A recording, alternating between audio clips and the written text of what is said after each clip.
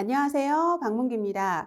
여러분, 이번 시간에는 저번 시간에 우리 뭐 배웠냐면 노인 요양보험 관련 제도 및 서비스에 대해서 봤잖아요. 그럼 이번 시간에는 인권과 직업윤리에 대해서 살펴보도록 하겠는데요. 요양보호사랑 대상자는 상호 대등한 관계잖아요. 그렇기 때문에 우리 노인의 인권도 중요하고 요양보호사의 인권도 중요하거든요. 그렇기 때문에 이번 파트에선 노인의 인권에 대해서 배울 거고요. 이 인권을 지켜주기 위해서 학대를 예방하는 거에 대해서 볼 거고요. 그래서 노인 학대에 대해서 볼 거고요. 다음에 요양보호사의 인권에 대해서 보고 이런 게 지켜지도록 하기 위해서 요양보호사가 가져야 될 직업윤리에 대해서 살펴보도록 하겠습니다.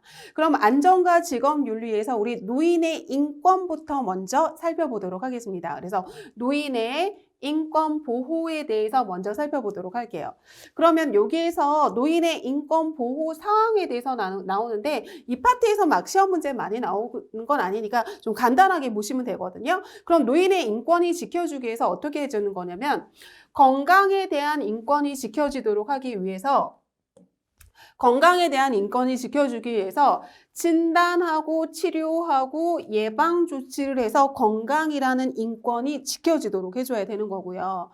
다음에 뭐냐면 우리 보청기라던가 돋보기라던가 의치에 대한 접근할 수 있도록 기회를 확보돼가지고 지금 이런 거를 소비할 수 있는 소비자로서의 이런 인권이 이렇게 보호돼야 되는 거죠. 그래서 보청기를 살 수 있고 의치를 살 수 있는 그 접근성이 있어서 소비자로서의 권리를 누릴 수 있도록 인권이 이렇게 지켜줘야 되는 거고요.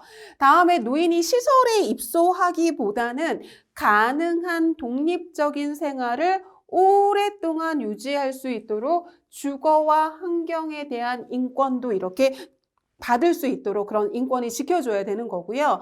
만약에 시설을 입소를 해야 된다. 그러면 만약에 이렇게 시설 입소를 해야 된다. 그러면 공적인 지원이 충분히 이렇게 지원되도록 해야 되는 거죠. 다음에 또 뭐냐면 가능하면 가족 내에서 이런 것들이 이루어질 수 있도록 이런 보장 같은 게 이루어질 수 있도록 가족을 지원해 줘야 되는 이 가족 인권에 대한 것도 있는 거고요. 다음에 적극적으로 사회에 참여해서 사회에 통합될 수 있도록 이 사회복지에 대한 것도 있어야 되는 거고요. 가능한 한 이분들이 독립적인 생활을 유지해야 되잖아요. 그럼 독립적인 생활을 유지하려면 소득이 있어야 되는 거잖아요. 독립적인 생활을 유지할수록 소득이 지원돼야 되는 거고 소득이 지원되려면 일을 할 수 있어야겠죠. 그렇기 때문에 고용에 참여할 수 있어야 되는 거고요. 그리고 여러 가지 교육적인 측면에서 이분들이 보유한 여러 가지 지식이라던가 이런 것들을 전수받을 수 있도록 해야 되는 그런 프로그램이 개발돼야 되는 게 노인 인권 보호 사항이라고 생각하시면 되겠습니다. 다음은 그러면 법적인 이런 노인의 인권을 위해서 법적으로 권익을 보호해 줘야 되는데 어떤 거를 법적으로 보호해 줘야 되는 거냐면 일반적인 기본권이라고 하는 건 누구나 가지고 있는 일반적인 기본권이잖아요. 그렇기 때문에 누구나 평등해야 되는 거고 누구나 행복을 추구할 권리가 있는 거죠. 이게 기본적인 권리라고 생각을 하시면 되고요. 다음에 우리는 민주주의 국가이기 때문에 자유권이 있잖아요. 그렇기 때문에 신체적으로 자유권도 있고 사생활에 관한 자유권, 정신적인 활동에 대한 자유권, 경제생활에 대한 자유권, 정치활동에 대한 자유권이 있어서 자유로운 자기의 생활을 할 수 있는 자유권도 이렇게 보장이 돼야 되는 거고 다음에 사회권이라고 하는 건 사회생활하는 데 필요한 경제권이라든가 노동권이라든가 주거공간 내가 사회생활하는 데 필요한 그다음에 의료보장을 받을 수 있다던가 아니면 문화생활을 할 수 있다던가 가족을 유지할 수 있는 그런 기본권인 이런 권익도 보호돼야 된다고 생각하시면 되고요. 다음은 이건 그렇게 중요하지 않은 거였는데 이제 중요한 파트가 나오거든요, 여러분. 그러면 노인들은 어떻게 하냐면 재가급여를 받는 사람도 있고 시설급여도 받는 사람도 있잖아요. 그럼 재가급여를 받는 사람들의 인권도 보호돼야 되는 거고 시설급여를 받는 사람들의 그 노인들의 인권도 보호해줘야 되는 거죠. 그래서 재가노인을 위한 집에서 재가급여를 받는 재가노인을 위한 인권보호도 있는 거고 다음에 시설에서 지금 급여를 받고 있는 시설생활 노인들에 대한 권익보호 경우도 있는 건데 시험 문제는 얘는 별로 많이 안 나오고요. 이 파트에서 시험 문제에서 굉장히 많이 나오기 때문에 여러분들은 시설생활 노인에 대한 인권 보호를 좀 중심으로 보시면 된다고 생각하시면 되거든요. 그러면 좀 하나하나 살펴보도록 할게요. 집에서 받는 거예요. 자기 집에서. 그러면 제가 노인이라고 하는 건 시설에 입소하는 게 아니라 자기 집에서 지금 독립적인 생활을 유지하고 있는 거잖아요. 그럼 자기 집에서 독립적인 생활을 유지하려면 생활할 수 있어야 되는 거잖아요. 그렇기 때문에 생활할 수 있는 생존권과 경제권을 보호받을 수 있도록 해줘야 되는 거죠. 그럼 생활할 수 있는 경제권이 있어야 되는 거니까 연금이라던가 경제활동을 지원할 수 있는 일자리 지원 사업이라던가 이런 것들이 있어야 되는 거죠. 다음에 집에서 건강하게 있어야 되는 거잖아요. 그렇기 때문에 건강권 보호를 위해서 우리 국민건강보험이라던가 노인장기요양보험, 노인 돌봄 사업을 운영해야 되는 거고요. 다음에 교육과 문화권을 보호해줘야 되는 거잖아요. 그러니까 능력에 맞게 교육받을 수 있고 내가 문화생활을 즐길 수 있도록 해줘야 되는 거죠. 다음에 주거랑 환경을 보호해줘야 되는데 이게 집에서 받는 거잖아요. 제가 노인이잖아요. 그러니까 자신의 집에서 생활할 수 있는 그 주거랑 환경이 제대로 이렇게 유지돼야 되고 보호받을 수 있도록 해줘야 되는 거라고 생각하시면 되고요. 제가 시험 문제에는 제가 노인보다는 뭐가 더 위주로 나온다 그랬냐면 이 시설생활 노인에 대한 인권이 시험 문제에 많이 나오니까 이 파트를 보시면 되고요. 그리고 이 파트 같은 경우에는 시험 보기 전에 이렇게 좀 보고 가셔야 되는 파트라고 생각하시면 되겠습니다. 그럼 하나하나 보도록 할게요. 그럼 시설생활 노인은 굉장히 중요한데 시험 문제에 이런 설명을 하고 이게 어떠한 권리인가 하고 물어보거든요. 그러니까 눈에 좀 많이 익혀 놓으시는 게 좋아요. 그래서 시설생활 노인에 대한 권리에 대해서 살펴보도록 하겠는데요. 존엄한 존재로 대우받을 권리죠. 존엄한 존재잖아요. 그러니까 뭐냐면 자신의 권리와 가치가 손상되지. 존엄한 존재니까 권리랑 가치가 손상받지 않도록 하는 거고요. 다음에 노인의 권익 신장을 위한 이런 거를 해줘야 되는 거고 권리가 침해되지 않도록 해줘야 되는 거죠. 그 다음에 이 권리가 침해됐다고 하면 회복하고 구제받도록 하는 게 존엄한 존재로 대우받는 거고요. 다음에 시설정가 종사자는 어떻게 해야 되는 거냐면 인권 교육해야 되는 거고요. 그죠? 다음에 또 뭐냐면 면회나 전화 같은 거를 통해 가지고 노인과 관계를 지속적으로 유지를 해야 되는데 이걸 방해하면 안 되는 거죠. 존엄한 존재로 대우받아야 하는 거거든요. 다음에 노인의 이런 게 있을 때 어떻게 해야 되는 거냐면 노인의 권리 변화가 생기거나 일상생활의 변화나 지금 어떤 변화가 생겼을 때 충분히 이야기할 시간을 가져야 되는 거고 사전에 노인과 가족에게 통보하고 의사결정 과정에 본인이 이렇게 참여를 할 수 있도록 해줘야 되는 거거든요. 다음에 존엄성을 인정해줘야 되는 거죠. 다음에 윤리적 기준 같은 거 준수해야 되는 거. 이게 바로 뭐냐면 존엄한 존재. 그래서 그 사람의 권익을 보호해주고 권리가 침해받지 않도록 하고 권리가 침해받았다면 구제하고 회복할 수 있도록 도와주고 인권 교육해주고 이런 게 바로 뭐냐면 존엄한 존재로 대우받을 권리라고 생각하시면 되겠습니다. 다음은 질 높은 서비스를 받을 권리예요, 여러분. 그럼 질 높은 서비스라고 하는 건 여기서 질 높은 서비스를 받은 거는 뭐냐면 여러분들이 개별화라고 생각하시면 돼요. 개별화. 그러면 시설에 입소된 노인이라고 해가지고 그냥 시설에 입소된 노인을 자신의 개인적인 취향이나 이런 걸 고려하지 않고 그냥 동시적으로 다 이렇게 하는 게 아니라 그 사람 개별에 맞춘 그 상태의 노인 각각의 상태에 맞는 그런 개별화된 질 높은 서비스를 받는다고 생각하시면 되거든요. 그렇기 때문에 개별화예요. 그러니까 개인적인 선호에 맞아야 돼요. 그리고 그 사람의 상태에 따라서 다른 서비스를 제공받는 게 질 높은 서비스라고. 그러니까 모든 사람한테 일률적으로 서비스를 제공해 주는 게 아니라 그 사람의 상태에 따라서 그 사람의 개별 선호에 따라서 서비스를 제공받는 걸 질 높은 서비스라고 생각을 하시면 되거든요. 그래서 종사자의 그 사람의 편의에 따라서 하는 게 아니라 그 사람의 상태에 따라서 그 사람의 선호에 따라서. 그러니까 이건 뭐냐면 노인의 지금 현재 건강 상태, 그 사람의 질병, 증상, 치료, 투약 상태 이런 상태에 따라서 서비스를 제공해 주는 거, 개별화된 서비스를 해주는 게 질 높은 서비스라고 생각하시면 되겠습니다.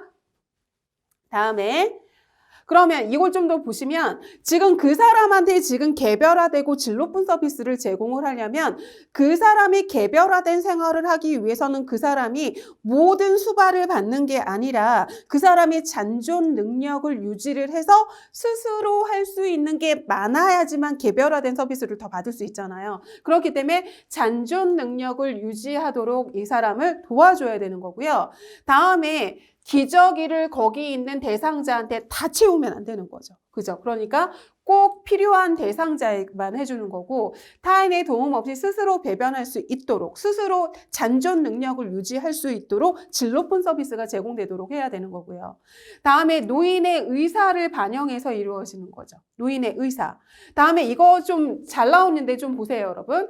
건강에 해롭다는 의학적인 판정이 없어요, 지금. 지금 의사의 판단도 없이 노인이 개인적으로 복용하는 약물을 먹으면 안 돼요 하는 거 아니거든요. 그럼 그 사람이 지금 건강보조제를 지금 섭취하고 있는데 나는 지금 내 건강을 위해서 내가 선택을 해서 내 상태에 따라서 건강보조제를 섭취하고 있는데 의사의 판단이나 정확한 의학적 판정 없이 그거는 우리 시설에서는 절대 복용하면 안 됩니다. 이런 건 안 되는 거죠. 그래서 요거가 바로 질 높은 서비스에 해당된다고 생각하시면 되고요. 다음에 질 높은 서비스를 하기 위해서는 그 직무훈련이나 교육의 기회를 충분히 주어야 되지만 이렇게 직무훈련을 계속 받고 교육을 계속 받아야지만 질 높은 서비스를 제공할 수 있잖아요. 그러니까 이 시설 종사자가 이런 걸 받을 수 있도록 해줘야 되는 거고요. 다음에 경제적인 이유로 내가 입소 지금 비용을 본인 부담률을 못 내고 있어요. 그런 이유로 인해 가지고 어떤 그런 서비스 이용을 갖다가 제한해서는 안 되겠죠. 그럼 질이 높은 서비스가 제공이 되는 게 아니잖아요. 다음에 모든 서비스에 지금 노인의 최대 이익이 보장되도록 하는 거라서 그래서 여러분 존엄한 대우로 대우받을 권리는 뭐냐면 그 사람의 권익을 보호해주고 그 사람의 권익이 침해받지 않도록 해주는 거고 질 높은 서비스라고 하는 건 일률적으로 제공하는 게 아니라 대상자의 상태에 따라서 대상자의 상태에 따라서 대상자의 선호에 따라서 개별화된 서비스를 해주는 거고 그러기 위해서는 잔존 능력을 유지하도록 도와주는 서비스라고 생각하시면 되겠습니다. 다음에 이건 안락하고 안전한 거죠. 안락하고 안전한 거잖아요. 그러니까 우리 휠체어 등의 보조기구 같은 거 사용할 때 이것들이 이렇게 안전하게 사용할 수 있도록 해줘야 되는 거고 안락하고 안전하니까 안전하고 깨끗하게 해줘야 되는 거고 여러 가지 그런 시설들이 잘 정비돼야 되는 거고요. 다음에 노인의 위생관리를 철저히 하고 안락하고 안전한 거잖아요. 그래서 다음에 소방기구도 지금 안전하고 상관이 있는 거죠. 그래서 이런 보조기구라던가 깨끗한 시설이라던가 위생관리 철저히 해주고 소방기구 하는 게 뭐냐면 안락하고 안전한 생활이라고 생각하시면 되겠습니다. 다음에 신체 구속을 받지 않는 거거든요, 여러분. 내가 신체 구속을 받지 않을 권리가 있어요. 그래서 억제당하지 않은 권리가 있는 거죠. 그래서 내가 어쩔 수 없는 경우를 제외하고는 내가 억제 받지 않고 지금 신체적인 제한을 받으면 안 되는 그런 권리를 가지고 있다고 생각하시면 되고요. 다음에 지금 신체적인 제한 이런 거를 갖다가 받지 않을 권리가 있다는 거죠. 그 다음에는 뭐냐면 내 사생활을 보호받을 권리가 있고 비밀 보장을 받을 권리가 있는 거거든요. 그럼 나의 사생활이고 비밀 보장이니까 내 정보에 대해서 다른 사람한테 어떻게 해야 되는 거냐면 이 개인정보 수집하고 활용할 때 사전에 이걸 갖다가 충분히 설명해주고 동의받아야 되는 거죠. 내 비밀 보장, 내 사생활 보호니까. 다음에 정보는 비밀을 지켜야 하는 거고 다른 사람한테 제공하면 안 되는 거죠. 다음에 노인이나 가족이 어떤 정보를 이렇게 내가 내 상태에 따라서 이걸 요구를 할 때 접근을 갖다가 허용해야 되고 타인한테는 정보를 제공하면 안 되는 거죠. 비밀 보장하고 상관이 있으니까. 다음에 사생활이 농담이나 흠칫거리로 다루어지면 안 되겠죠. 왜냐하면 사생활을 보호받을 권리가 있고 비밀을 보장받을 권리가 있는 거잖아요. 그리고 사생활이니까 내가 사생활을 지킬 권리가 있는 거잖아요. 그러니까 이 유무선 전화기 사용이라던가 우편물을 갖다가 편지 쓰고 편지 받고 이런 거를 갖다가 할 수 있어야 되는 거거든요. 그래서 내가 가족하고 전화할 수 있는 거거든요. 그래서 사생활을 보호받을 권리가 있는 게 바로 사생활 비밀 보장에 대한 권리라고 생각하시면 되겠습니다. 다음에는 뭐냐면 차별받지 않고 학대받지 않을 권리가 있는 거거든요. 지금 차별받으면 안 되고요. 학대받지 않는 거예요. 그러면 성별이나 종교나 신분이나 경제력이나 이러한 사회적인 신분 이유로 차별받으면 안 되는 거고요. 다음에 어떠한 이유로도 학대 행위를 하시면 안 되는 거고, 학대를 받고 있다 그러면 적절한 보호 조치를 신속하게 해줘야 되는 거고요. 다음에 지금 학대잖아요. 그러면 이 노인을 갖다가 신체적으로 계속 일을 시키는 것도 신체적인 학대에 해당이 되거든요. 그러니까 노인이 하고 싶지 않은데 어떠한 노동 행위도 강제적으로 시키면 안 되는 것도. 그럼 이거는 신체적인 학대에 해당이 되는 거거든요. 그러니까 학대 받지 않을 권리, 차별받지 않을 권리가 있는 거고요. 그 다음에 권리는 또 무슨 권리가 있냐면요, 여러분. 자유에 대한 권리예요. 자유에 대한, 아까 기본적인 인권에 뭐가 있었냐면 자유권이 있었잖아요. 그래서 우리 행복 추구권도 있었고 평등권도 있었고 자유 추구권도 있었잖아요. 그러니까 내가 정치적으로 자유, 내 정치적인 선호에 따른 자유의 권리가 있는 거고, 문화적으로도 자유의 권리도 있고 종교의 자유의 권리도 있는 거죠. 그래서 내가 다른 사람과 의사소통하는데 제재를 가해서는 안 되고요. 다음에 권리 침해하면 안 되는 거고요. 그죠? 다음에 내가 다른 기관을 적극적으로 이렇게 이용할 수 있어야 되는 거고요. 다음에 면회나 방문객 제한하면 안 되죠. 그럼 내가 지금 문화적으로, 사회적으로 이렇게 다른 사람과 사회 참여를 할 권리를 침해를 하는 거잖아요. 다음에 자유로운 외출이나 외박의 기회가 있어야 되는 거지. 이게 자유권이잖아요. 그죠? 다음에 지역사회의 유대관계를 강조해서 사회 참여를 할 수 있도록 해줘야 되는 거거든요. 그래서 기본적인 자유권에 대한 권리에 대해서 알아봤고요. 다음은 우리 노인의 정치적인 이념, 이게 정치적인 자유권이잖아요. 정치적인 이념, 투표권, 다음에 종교적인信仰. 그래서 시설에서 시설장이 무슨 특정 종교를 갖다가 한다고 노인한테 그걸 갖다가 대상자한테 강요하면 안 되는 거죠. 그래서 이게 자유권에 대한 권리라고 생각하시면 되겠습니다. 다음은 자신의 재산을 소유할 수 있는 권리거든요. 재산과 소유물을 스스로 관리할 수 있는 권리예요. 그래서 이거 굉장히 중요하거든요, 여러분. 공간이 허용하는 한 개인의 물품을 관리, 보관하는 보안 장치가 마련된 개인 사물함이 있어야 되는 거예요. 개인 사물함. 개인 사물함이 있어서 내 개인 물품을 소유하고 관리할 권리가 있다고 생각하시면 되는 거죠. 다음에 지금 노인이나 보호자가 원치 않는데 이 개인의 물품 이런 거를 갖다가 다른 사람한테 주거나 이렇게 양도하면 안 되는 거죠. 왜냐하면 내 물품을 내가 관리할 권리가 그 노인한테 있는 거거든요. 그런데 스스로 관리할 능력이 없거나 그럴 때는 가족이나 기타 그 후견인의 그 의견을 물어보기는 하지만 본인이 의사결정을 할 수 있고 참여할 수 있다면 본인이 이렇게 의사결정 과정에 참여할 수 있도록 해주는 거죠. 다음에 후원금 강요하면 안 되고요. 다음에 노인의 재산을 기부한 것처럼 조작해서는 정말 절대 안 되겠죠. 그죠?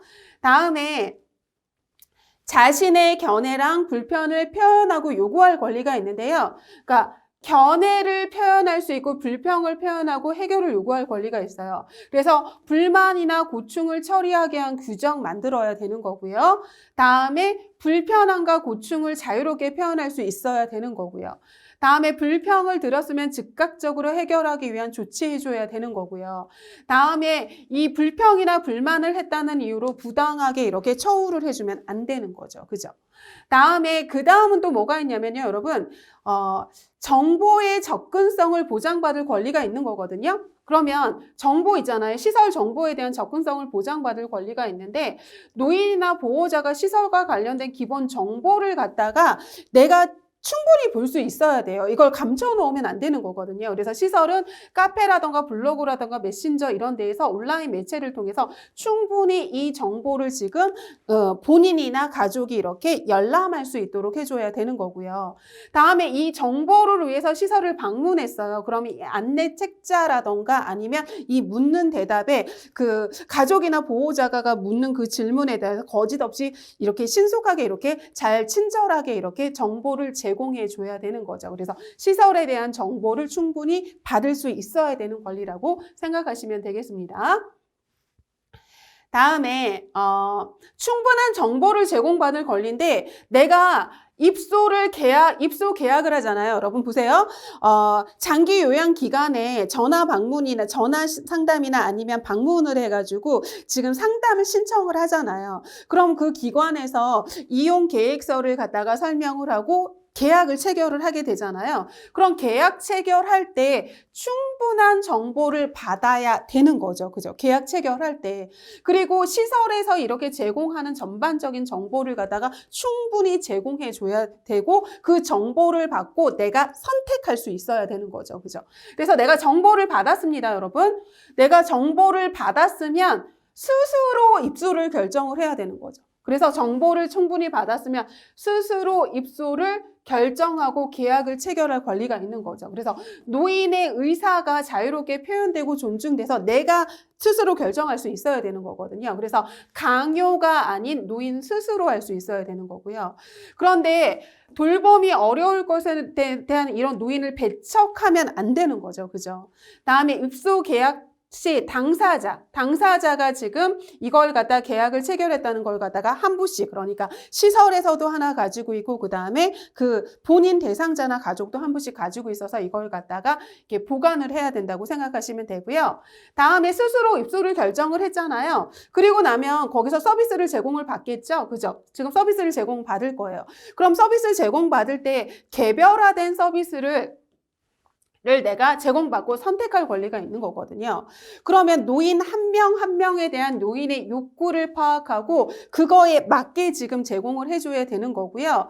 다음에 이 서비스를 갖다가 사전에 설명을 하고 강요가 강압이 아닌 스스로 선택할 수 있도록 해줘야 되는 거고, 다음에 서비스 제공이 늦어질 때는 노인이 충분하게 이해할 수 있도록 사전 설명 들어가야 되는 거고요. 다음에 노인 개인 물품을 설치하거나 이용하는 것을 갖다가 허락해야 되는 거죠. 내 개인 물품을 사용할 수 있도록. 개별화된 서비스니까. 다음에 머리 모양이나 의복을 갖다가 본인이 선택할 수 있도록 하는 거죠. 그래서 머리를 갖다가 일률적으로 다 이렇게 그 시설에 있는 사람을 다 똑같이 자른다거나 커트로 자른다거나 그런 게 아니라 내 개인 선호에 맞게 개별화된 서비스를 선택할 권리가 있다고 생각하시면 됩니다. 다음에는 이성교제 및 성생활에 대한 기호품 사용한 자기결정이거든요. 이성교제, 성생활, 기호품을 내가 결정할 수 있는 권리예요. 그래서 노인의 이성교제를 금지하면 안 되고요. 다음에 이 노인의 이성교제를 흥미거리로 다루면 안 되고요. 다음에 이 노인의 그 의사가 존중되도록 해야 되는 거고요.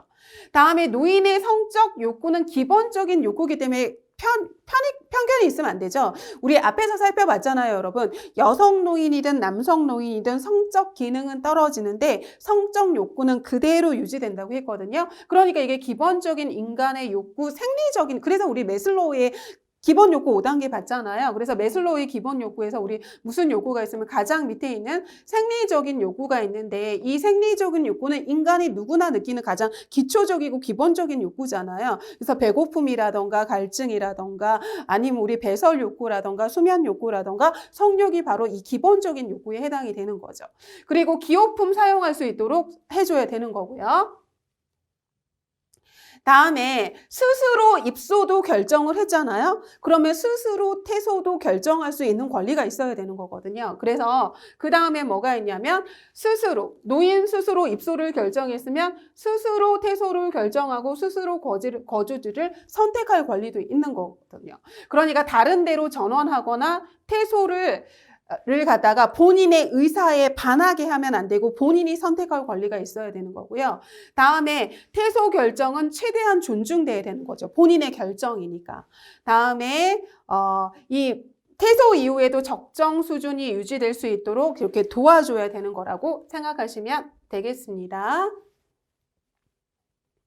다음에 이제 우리 뭐에 대해서 봤냐면 재가 노인의 인권과 시설 노인의 인권에 대해서 살펴봤는데요. 그러면 우리 재가 노인보다는 시설 노인의 인권이 더 중요하다고 했었고요. 그럼 이 인권이 유지되기 위해선 노인의 학대를 예방해야 되잖아요. 그래서 이 노인 학대 부분도 매년 시험 문제에 한 문제, 두 문제 정도는 나오는 파트니까 반드시 아셔야 되는 거거든요. 그러면 노인 학대가 뭐를 얘기하는지 노인 학대에 대해서 살펴볼게요. 그럼 노인 학대라고 하는 건 뭐냐면 신체적으로 학대받는 거, 언어나 정서적으로 학대받는 거, 성적으로 학대받는 거, 경제적으로 이렇게 학대받는 행위를 갖다가 노인 학대라고 얘기를 하거든요. 그럼 이럴 때 최소한의 적절한 보호조차 제공되지 않고 이렇게 방임하는 것도 뭐가 되는 거냐면 학대에 해당이 되는 거거든요. 그래서 이 노인 학대에 대해서 이렇게 자세히 살펴보도록 하겠는데요. 노인 학대의 발생 요인에 영향을 미치는 요인은 여러 가지가 있죠. 그래서 우리 성별이라던가 그래서 우리 성별에서 남성보다는 여성 노인이 학대를 더 많이 받고 다음에 연령도 뭐냐면 70대 노인이 가장 이렇게 많이 받거든요. 그리고 그 사람의 건강 상태라던가 가족 상황이라던가 고립 상태라던가 여러 가지 문제들이 노인 학대 발생에 영향을 미칠 수 있는 요인이 되는데요. 그럼 노인의 학대 지금 현황을 좀 살펴보면요. 현황을 좀 살펴보면 보세요. 여성 노인이 남성 노인보다 훨씬 더 학대를 많이 받고 있고요.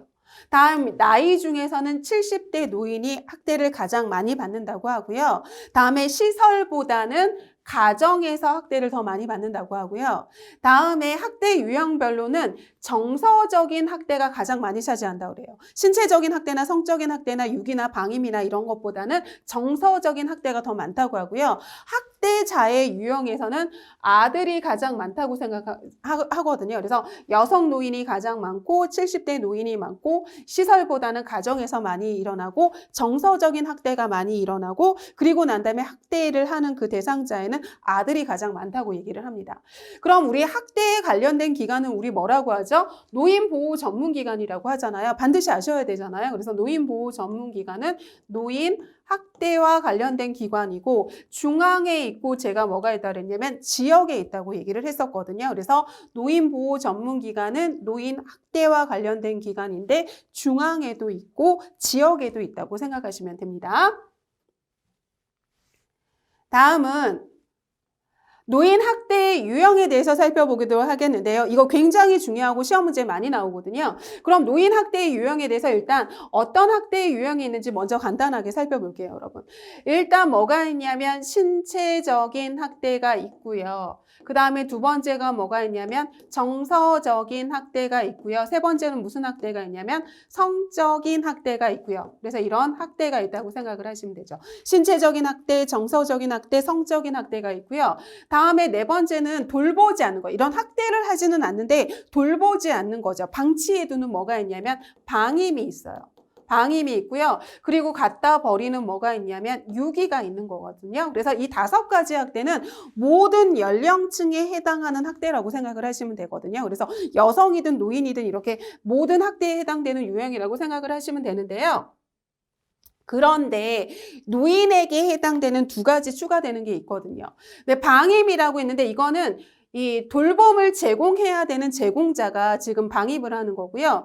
다음에 또 뭐가 있냐면 자기 스스로 방임을 하는 자기 방임도 있거든요. 자기 방임.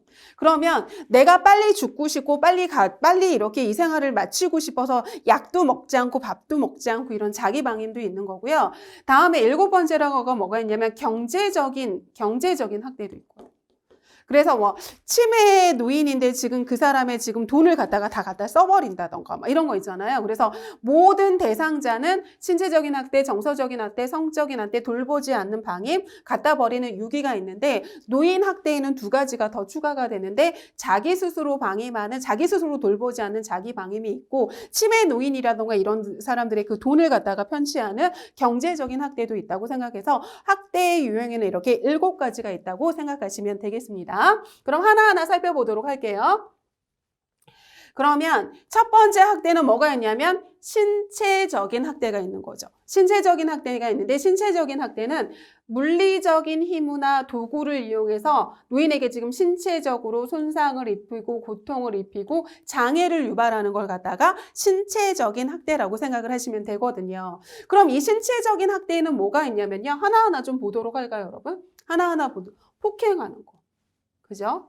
다음에 강제로 가두는 거 있잖아요. 이것도 지금 신체적인 학대에 해당이 돼요. 때리는 것만 하는 게 아니라 강제로 어디에 가두거나 출입을 통제하는 것도 지금 신체적인 활동을 못하게 하는 거잖아요. 그러니까 이것도 신체적인 학대에 해당이 되고요. 다음에 억압하는 거, 신체를 억압하는 거, 다음에 위험성이 큰 행위로 노인을 협박하는 것, 신체를 해할 위험성이 있는 걸로. 다음에 생존을 위협할 수 있는 행위. 다음에 약물을 사용해가지고 지금 노인의 신체를 통제한다거나 이런 거, 신체 통제하는 거잖아요.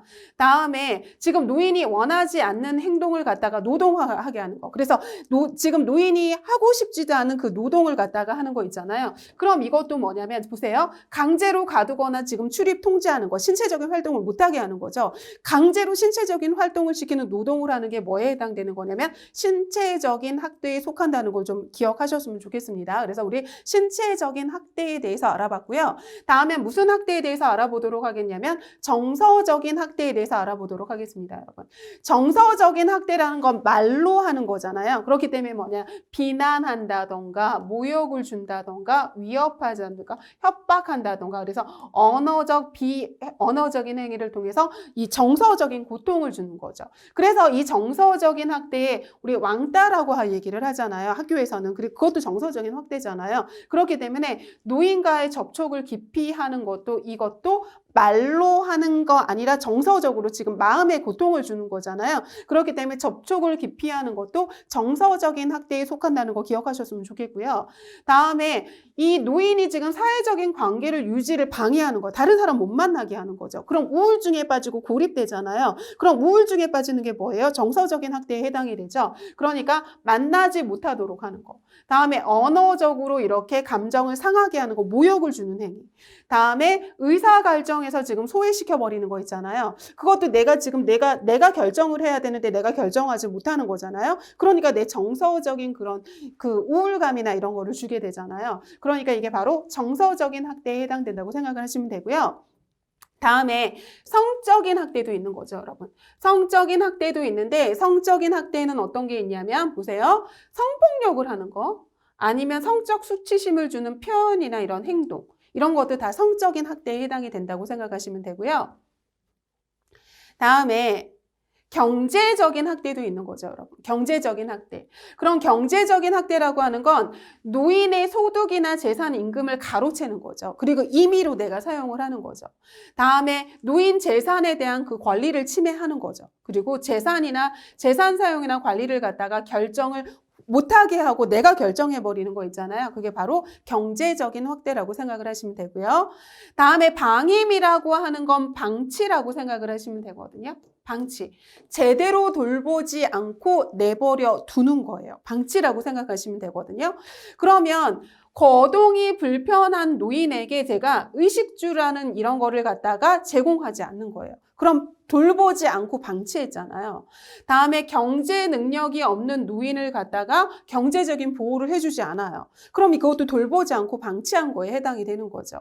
다음에 의료를 제공하지 않았어요. 의료가 필요한데 지금 다리가 골절이 돼가지고 병원에 가야 되는 대상자를 갖다가 그 대상자를 시어머니를 병원에 데려가지 않았어요. 그럼 이건 돌보지 않은 거니까 뭐냐면 방임, 방치에 해당이 되는 거죠. 다음에 스스로 돌보지 않는 자기 방임도 있거든요, 여러분. 자기 방임이라고 하는 건 스스로 돌보지 않는 거예요. 그래서 스스로 자신을 돌보지 않거나 돌봄을 거부해서 자기 생명을 갖다가 멈추려고 하는 걸 자기 방임이라고 생각을 하시면 되고요. 다음에 갖다 버리는 거죠, 여러분. 그래서 이게 병원에 갖다 버리거나 아니면 어디 시설 앞에 갖다 버리거나 그러는 갖다 버리는 유기가 있다고 생각하시면 되죠. 그래서 우리 노인 학대의 유형인 신체적인 학대, 정서적인 학대, 성적인 학대, 다음에 방치 방치하는 방임, 그리고 갖다 버리는 유기에 대해서 알아봤고, 노인 학대의 두 가지 주가 되는 자기 스스로 방치하는 자기 방임과 경제적인 학대, 이렇게 7가지 유형에 대해서 살펴봤습니다. 그럼 이 노인 학대 사례가 시험 문제에 잘 나오고요. 이게 어느 학대에 해당되는지 찾는 게 시험 문제에 잘 나온다고 보시면 되거든요. 그럼 하나하나 살펴보도록 하겠습니다. 그럼 노인 학대의 사례에서 지금 퇴근하는 아들이 지금 어머니를 찾고 있어요. 어머니를 찾았는데 어머니가 없어서 찾고 있는데, 며느리는 지금 이런 거에 전혀 무관심해요. 그리고 난 다음에 지금 어머니를 찾아오려는 남편의 상황에 지금 공원에서 홀로 계신 시어머니를 찾았어요. 시어머니를 찾았는데 며느리가 내가 진짜 이 놓친 애 때문에 힘들어 못 살겠어. 안 들어오고 뭐해. 지금 말로, 언어로 지금 모욕을 줬잖아요. 그러니까 이건 정서적인 학대에 해당이 되고요. 집에 가는 길에 밀어뜨리고 빨리 일어나지 않는다고 주먹으로 때리고 신체적인 지금 손상을 가했잖아요. 그러니까 이거는 신체적인 학대에 해당이 되고요. 다음에 집에 와서 지금 밥 먹고 소파에서 쉬고 있는데 꼴도 보기 싫다고 하고 지금 빨리 들어가라고 하고 언어폭력을 강하고 있잖아요. 그러니까 얘는 정서적인 학대에 해당된다고 생각하시면 되겠습니다. 다음에 좀 더 보도록 할게요, 여러분. 지금 시어머니가 지금 감기로 아파서 누워 있어요. 그런데 지금 이 사람을 갖다가 돌보지 않고 병원에 갈 생각을 한 방 안에 그대로 방치했어요. 방치라고 하는 건 제가 방임이라고 했거든요. 그죠? 다음에 시어머니 생신을 맞아서 지금 용돈을 지금 빌려달라고 해가지고 그 돈을 다 써버렸어요. 그럼 이거 뭐예요, 여러분? 통장과 도장도 지금 가져가서 돌려주지 않고 있어요. 그러면 경제적인 학대에 해당이 되는 거고, 다음에 이런 상태에서 지금 시어머니가 자기가 빨리 이 세상을 마감하고 싶어서 스스로 돌보지 않는 거죠. 그래서 식사도 제대로 하지 않고 세수도 하지 않고 스스로 돌보지 않는 행위를 뭐라고 하는 거냐면 자기 방임이라고 한다고 생각하시면 됩니다. 그래서 우리 노인 학대의 유형에 대해서 살펴봤고요. 그럼 노인 학대를 예방하기 위해선 어떤 법적 제도적인 장치가 있는지에 대해서 살펴보도록 하겠습니다. 그럼 노인 학대를 예방하기 위해서 재치가 있는데 뭐가 있냐면 노인복지법이 있거든요, 여러분. 노인복지법이 있어서 노인복지법에서는 뭐냐면 어떤 명령에 위반해서 자료를 제출하지 않거나 거짓으로 보고하거나 자료를 제출하지 않은 자는 500만 원 이하의 지금 과태료를 받는데요. 이게 뭐냐면요, 여러분, 국민건강보험공단에서 우리 모니터링 해주잖아요. 모니터링 해줄 때 기관에서 어떤 자료 제출을 하라고 명령을 했는데 그거를 제출하지 않거나 아니면 거짓으로 이렇게 제출 안 하면 500만 원 이하의 벌금을 받고요. 다음에 노인 학대를 보고도 신고하지 않았어요. 그럼 500만 원 이하의 과태료 받거든요. 그럼 요양보호사도 노인 학대를 받고 있는 사람을 이렇게 보면 신고해야 되는데 요양보호사가 지금 그걸 신고하지 않았잖아요. 그럼 500만 원 이하의 과태료를 물게 돼 있어요. 다음에 취업자에 대해서 노인 학대에 대한 지금 어떤 사람을 하는데 그 사람이 지금 노인 학대 경력이 있는 거를 갖다가 조회하지 않았어요. 그럼 그것도 500만 원 이하의 벌금을 받는다고 생각하시면 되겠습니다. 다음에 노인복지제는 어떤 게 있냐면 볼게요, 여러분. 그러면 사회복지 전담 공무원 같은 이런 사람들이 있잖아요. 그럼 이런 사회복지관에 있는 종사자라던가 아니면 불황인 보호를 위한 시설장과 이 종사자이잖아요. 이 종사자는 학대를 이렇게 발견하면 즉시 신고를 해야 되는 대상자거든요. 다음에 요양기관의 장과 종사자도 노인 학대를 발견하면 즉시 신고해야 되는 대상자라고 생각하시면 되고요. 그래서 요양보호사가 학대를 받는 노인을 보면 노인보호 전문기관이나 아니면 경찰서에 신고를 해야 되는데 이거 신고를 하지 않으면 500만 원 이하의 과태료를 물게 된다고 생각하시면 되겠습니다.